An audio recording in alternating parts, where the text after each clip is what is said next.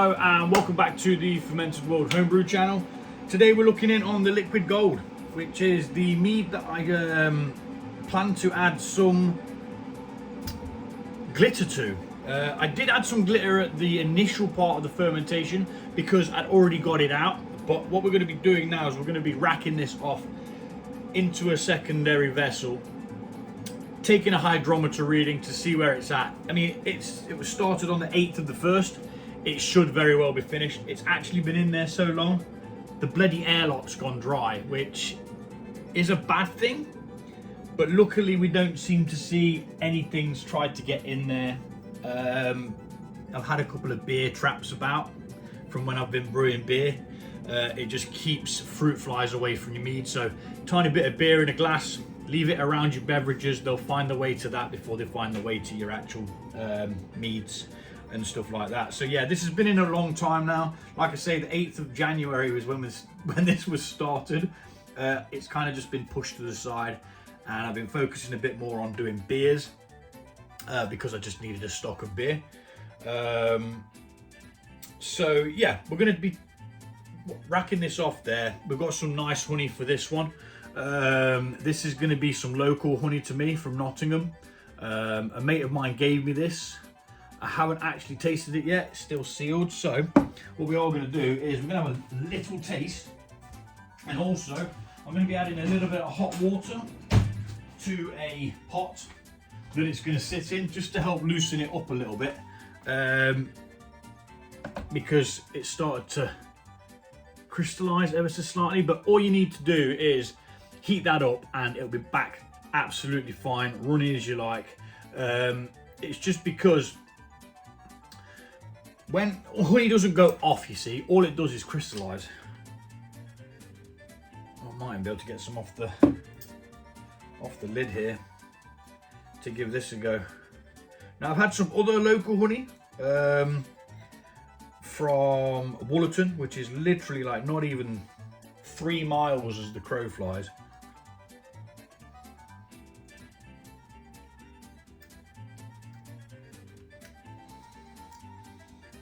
Oh my goodness. I think that's actually better than the Woollerton one, which I think I've got some of. So I'm actually going to do a side by side right now.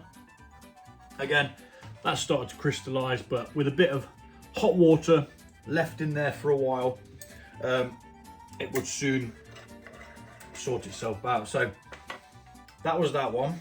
Let's give this one a little go. This is solidified, but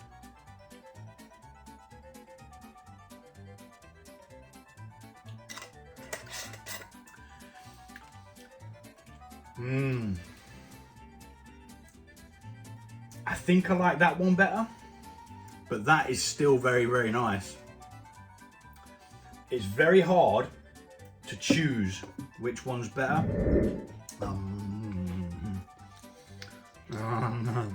Don't waste any of it. But yeah, we're going to be back sweetening with that. Normally I use half of one of these to back sweeten with, so it'll be around the same amount, give or take. This jar is 340 grams, so it might even be a little bit more sweeter. My maths isn't all that good, so I couldn't tell you what half of 720 is off the top of my head. But yeah, we're going to be using that.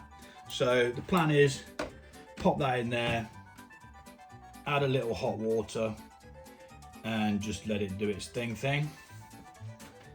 You don't want the honey to be especially hot. All you want it to do is return to a liquid again,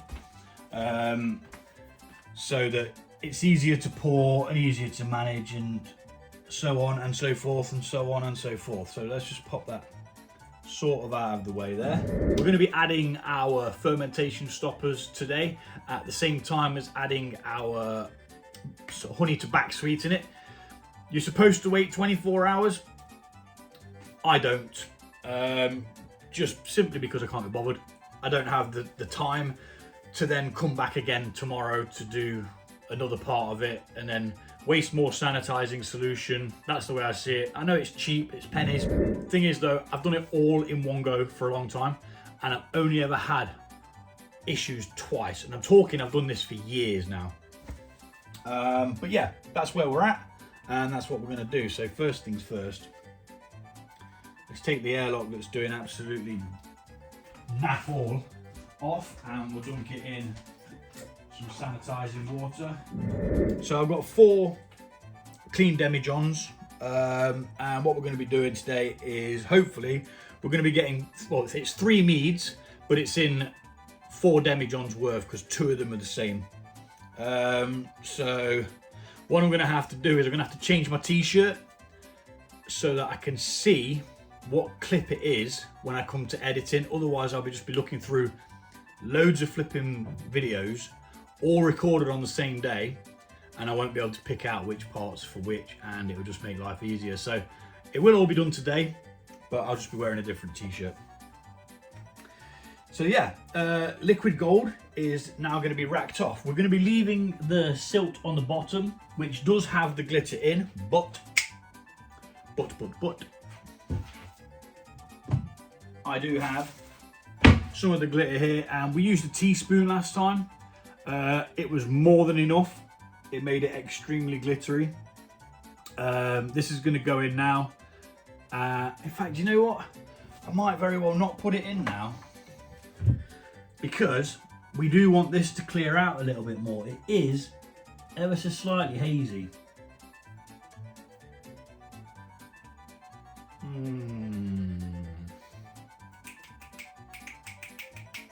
Yeah, we're not going to put it in just yet. We're going to put it in just before we bottle it.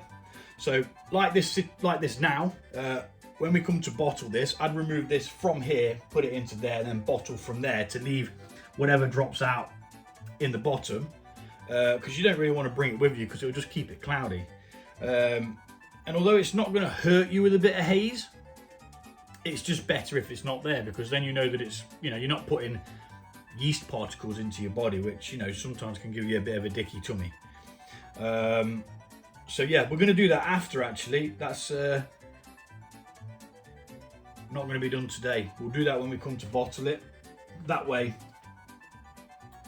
when we do churn it up to make the bottle all glittery and stuff, we're not going to be kicking up any of the silt at the bottom at the same time. And if we do have any silt, it's going to be absolutely minimal. Okie dokie. So I'm getting ahead of myself here. Right, so let's take a hydrometer reading, make sure that it has actually finished. It was started at 1.096.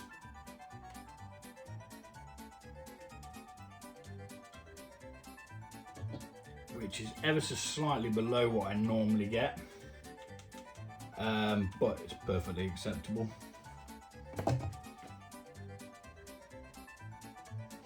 So this is fermented to 0.99246. 0.996. Now I'm going to make a little note of that. If I had pen. Everyone's always taking my pens. Nothing is sacred. Righto, so a quick note on here. So it's for future reference, liquid gold. Finished at 0.99.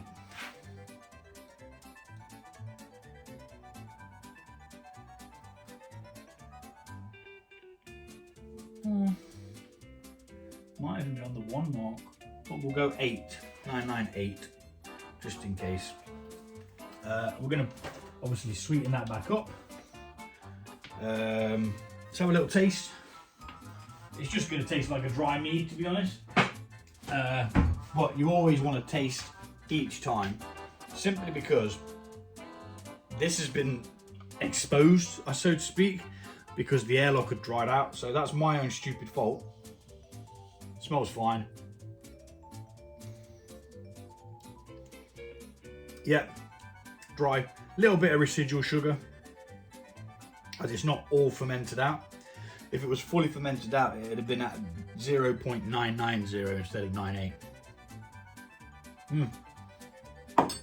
Not bad. I'm not a fan of dry meads. I do like it with sweeteners. So I do back sweeten mine, of course.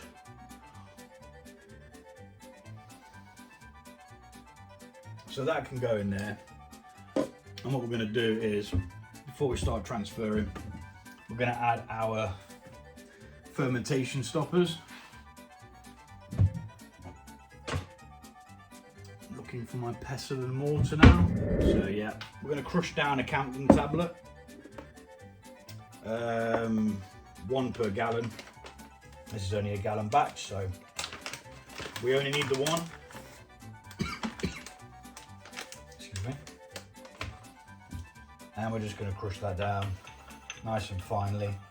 We're not trying to pulverize it, otherwise that can leave you with like flat deposits of it, which then may struggle to actually break down. You just want to loosely bash it up into a nice powder.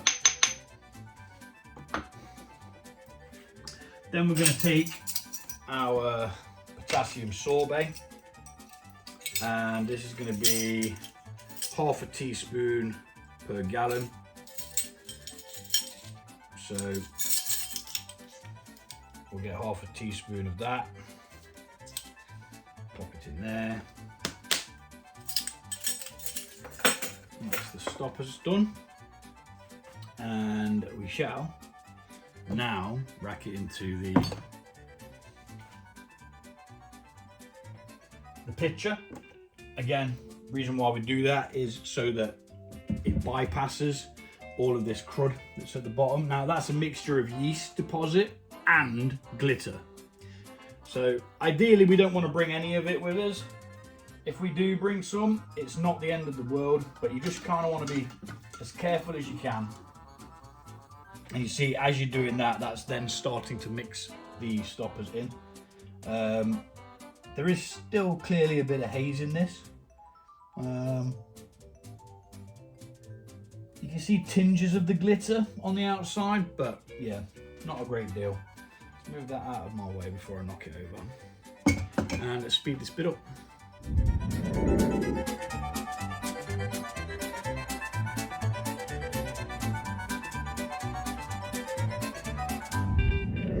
So we did lose a fair bit of that actually. I'm a bit gutted about that. But I'll just show you. It's a mixture of glitter and yeasty murk. It's absolutely no good. You would not want to drink that. It's so murky that you can't even actually see the glitter very well. Now, this is ever so slightly cloudy. We've got about maybe 4.2 litres. Once we add the honey, that's going to boost it back up a little bit, which is good. But what we're going to do first is we're going to mix this while it's in the pitcher here. But I want to try and get all of this out of here first. Now, let's see how the honey's doing. In all honesty, that didn't really do a great deal. At all, really. I thought it would. It should have done. It has broke it down ever so slightly, to be honest. You can see from the outside it's all moving and congealing in a bit better, but yeah, overall it didn't make a bit of a difference. But we're going to be mixing this in anyway, so hopefully it will pour in nicely. And again, you don't have to use expensive local honey. It is good if you can, because then you're supporting the bees and you're supporting your local beekeepers. Sorry about that, I had a return to drop off to the postie, so I saw it come up on the flipping notification. So yeah, we're going to add this. I think what I was saying is, or about to say, you don't have to use local honey, but you will be helping the bees and you will be helping local communities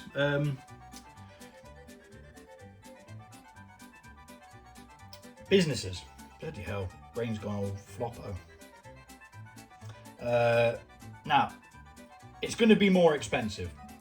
I think you pay about 8 quid a jar, 7 to 8 quid a jar for this. But it is a lot better than what you can buy in a supermarket. I ferment the stuff I get from the supermarket because I think if you're going to be fermenting it anyway, there is absolutely no need at all for you to be buying expensive honey. Unless obviously you're a proper meadery and you have access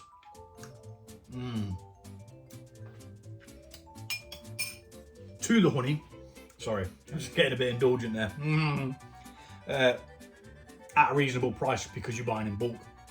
For the home brewer, you're better off buying cheap honey. Not the really, really cheap honey. Not the kind of honey you remember having on your toast when you was a kid. I'm talking like the one up from that, Blossom honey. Any Blossom honey is going to be nice. I use Hilltop. I don't get paid from them. I'm not sponsored at all, but their honey, this stuff, is the base honey that I use for all of my meads. I've fermented with more expensive honeys in the past, and all it did was cost more. It made no difference to the final product because when you ferment the sugars out, you kind of lose all that flavour that was in the honey anyway, you know? Right, so I need a bit of hot water in here just to help rinse the last bit of the honey out. We're not going to add too much and we are going to have to cool it after. Simply because you don't want to affect the brew. Well, to be fair, it's probably going to be okay because it's not going to be at boiling point. Oh my gosh. The seal on that's not the best. But we just want to get all of that off. You see, look, we've literally done that in seconds with some warm water.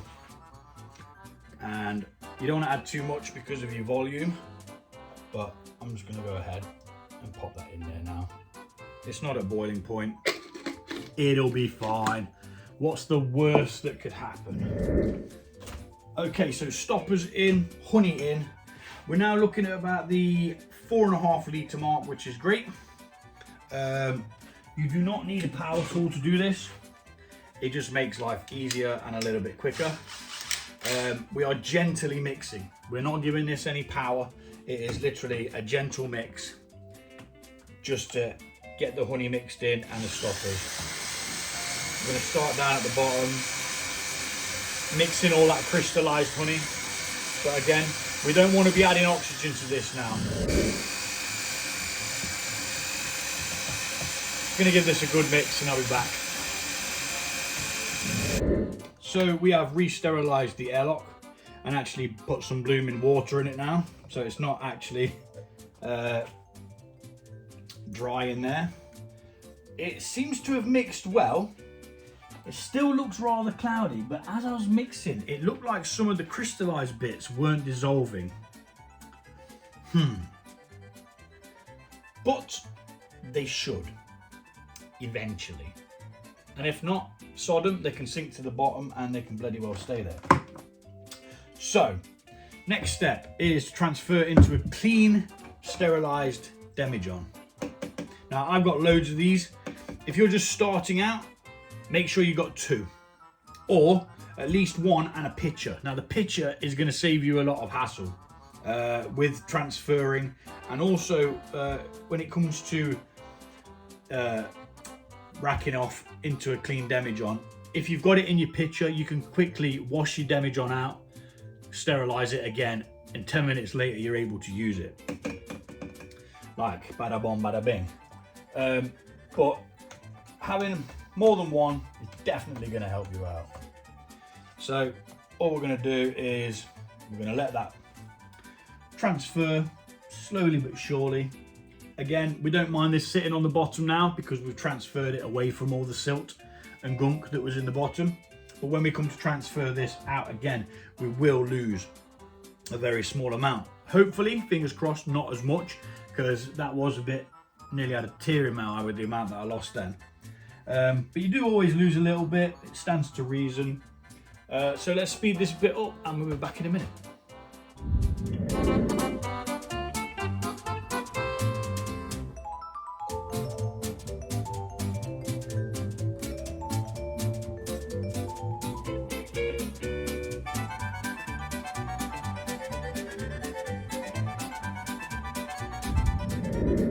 So we got it racked off. We're going to take a quick hydrometer reading. There was still some crystallized sugars that didn't actually dissolve, even with like 5 minutes of mixing. The reason why you mix a little bit longer is because honey takes a long time to actually dissolve into a liquid, especially when it's at room temperature. So when you think you're finished mixing, mix some more. Also, at the same time as mixing the honey in, you're also expelling any CO2 that's like kind of trapped in the liquid. Now this has been sat for bloody ages. I mean, it's been over like 2 months. So the chances are it's off-gassed itself anyway. But we need a hydrometer reading just to see when we come back to it, it's ready to bottle, whether it's continued to ferment or what. Hopefully it hasn't, because that would be a bit crap with it fermenting the good honey, the more expensive stuff, which I didn't pay for, so you know, it's not really a cost to me. But that's at the 24 mark, so we make a little note here, sweetened, and then 1.02 4. So then when we come back to this, we'll check it again and then we'll know whether. Now I would like to try and taste this, but I've literally just put the stoppers in, so it's not really worth it. I'm going to quickly calculate the ABV and then we can put the airlock back on and we'll be back in 2 weeks. So until you see me again ready to bottle this, take it easy and I'll see you all soon.